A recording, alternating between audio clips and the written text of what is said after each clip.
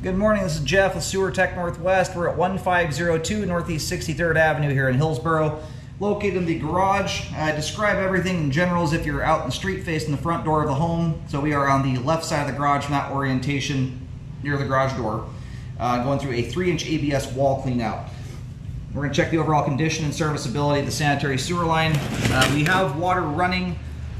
We're going to be moving a little bit quick here today. This is an interconnected line with the neighbor above, so we're going to try and zip to the line before anyone can blast us with a toilet flush here. Off we go.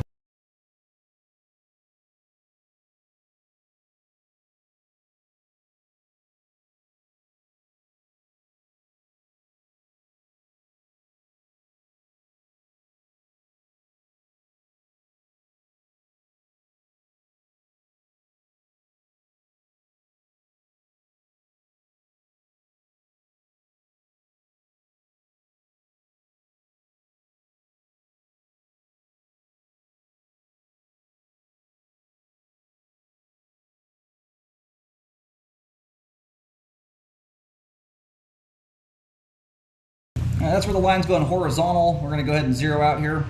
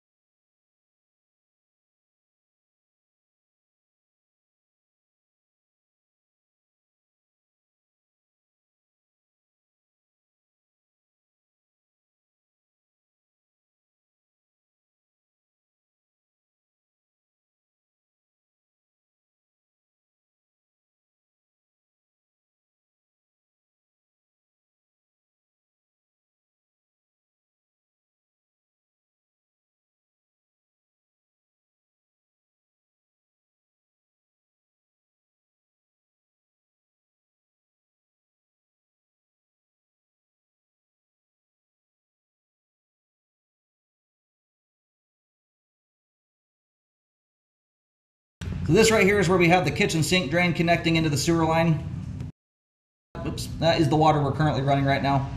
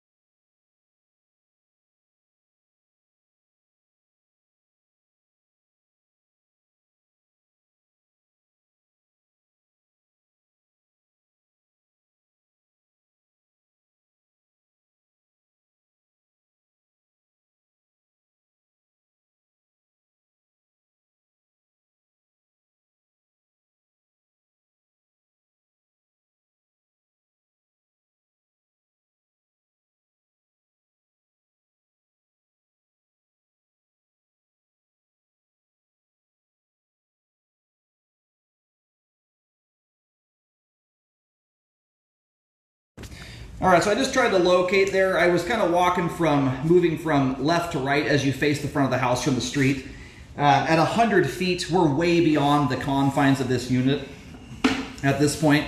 In fact, the water you're seeing here is not coming from our unit at all. I would wager we're at least a full unit over, if not potentially 2 units over from this point.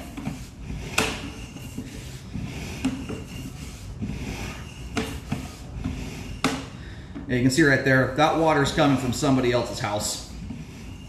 And so on these ones, being that it's shared, you can never really get the whole line drained out unless you have complete control over the entire building's water supply. It's kind of an unrealistic thing.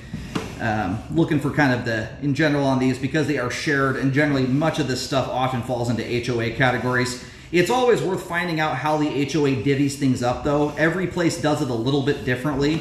A lot of times, usually whatever pipe is a shared portion of the line often falls into HOA categories, but not always. Sometimes you're responsible for the pipe that is within the footprint of your unit specifically. Anyway, the HOA would have to answer that question for you. It's kind of a hard one for me to... But I've done thousands of these over the years, literally thousands of them, and most of them are set up that way. So we should be reaching probably the wall of the house here somewhere around this point where we're at right now. All right, just got a nice strong signal there. Where that locate just took me is the bathroom, obviously on this down floor that's just off the kitchen. Right now we are beyond the right side wall of this building. Again, as you face the front of this from the house. So we're moving from left to right, and we are beyond the confines of this unit right now. I can pick the signal up, but I can tell we're beyond into someone else's unit as it sits. So you've got about, approximately, I would wager you're probably around 50 feet or so of pipe to traverse here before you're off into another unit, somewhere around there. So you can see we've got a little bit of standing water in the line. This is not, for a shared building like this, even for an individual residence, this is still not the kind of standing water I recommend repairs on. After 13 years and almost 25,000 scopes at this point, standing water in big 4-inch plastic pipe like we're currently in, not that it theoretically can't help contribute to a blockage, but standing water like that, plain and simple, requires abuse to ever get it to a point where it can block. And if you're beating your line up that hard in standing water that minor, you're going to block the sewer line whether it's got standing water in it or not. The kind of scenario where you can get to that point would be one where you're flushing paper towels, wipes, junk like that down the pipe on a consistent basis, coupled with grease buildup, things like that. So, and what this looks like here is, based on what I'm seeing, this is probably right about where your wall ends and you go off into another unit, because we do pick up a tie-in right here.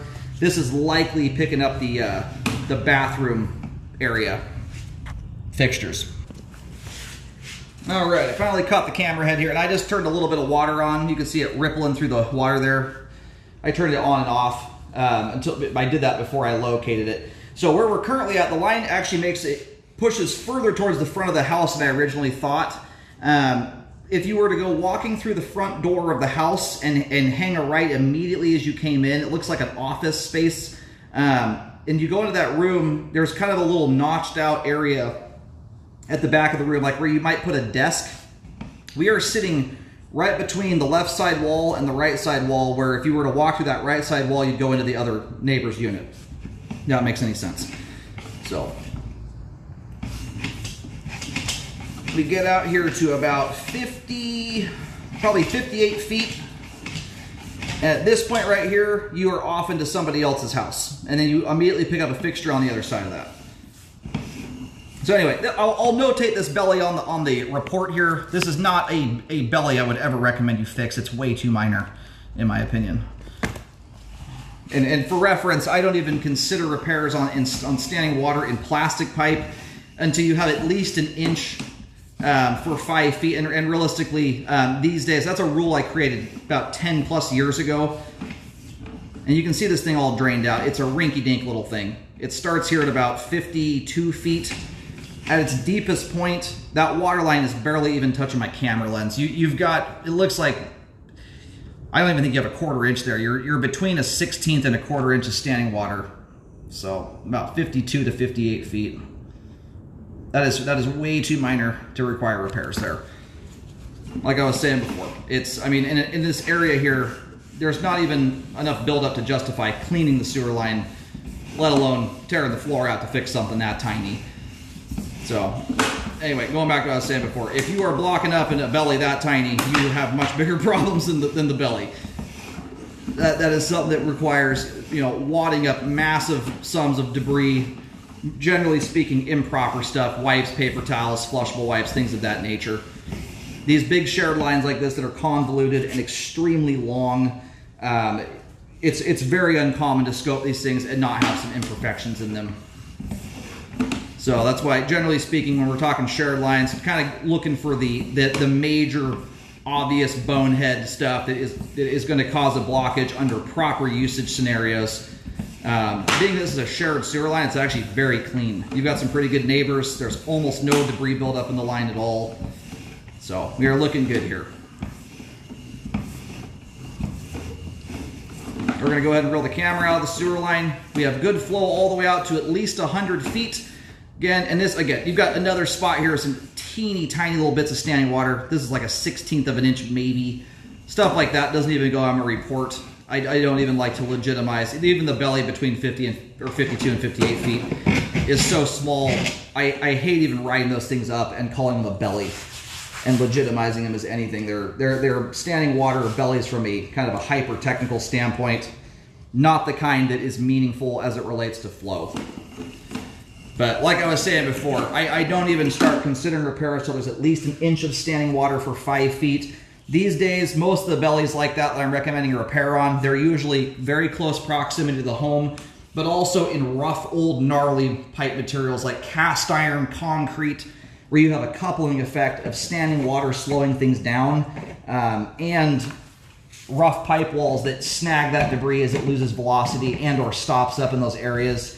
That's a completely different animal altogether. But even in my average, I mean, I cannot tell you, I mean, I did tell you, I've done almost 25,000 scopes. I've seen tens of thousands of bellies over my career. Even the ones that are pushing inches of standing water, 1, 2, 3 inches of water, most of the time when I'm looking at those things, I usually do not see blockage evidence in them.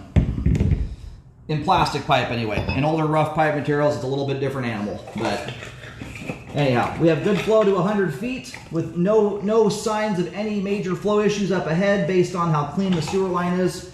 About the only areas where there's any level of even slightly notable debris buildup is where drain fixtures tie in, and that is very common to see that. Those are areas that are prone to build up to an extent anyway. Those are often where your kitchen sinks and or shower drains tie in. That's why a lot of those where you see the water droplets dripping down, you often have some strands of hair hanging from them. They're very, very common prone areas to catch a little bit of hair, a little bit of grease, soap, stuff like that. So good looking sewer line there. Everything's intact, quite a clean sewer line to boot, and it is functioning properly at this time. All the way out to well beyond, in fact, we made it about 40 feet beyond the wall of your unit. So almost completely into to 2 units over.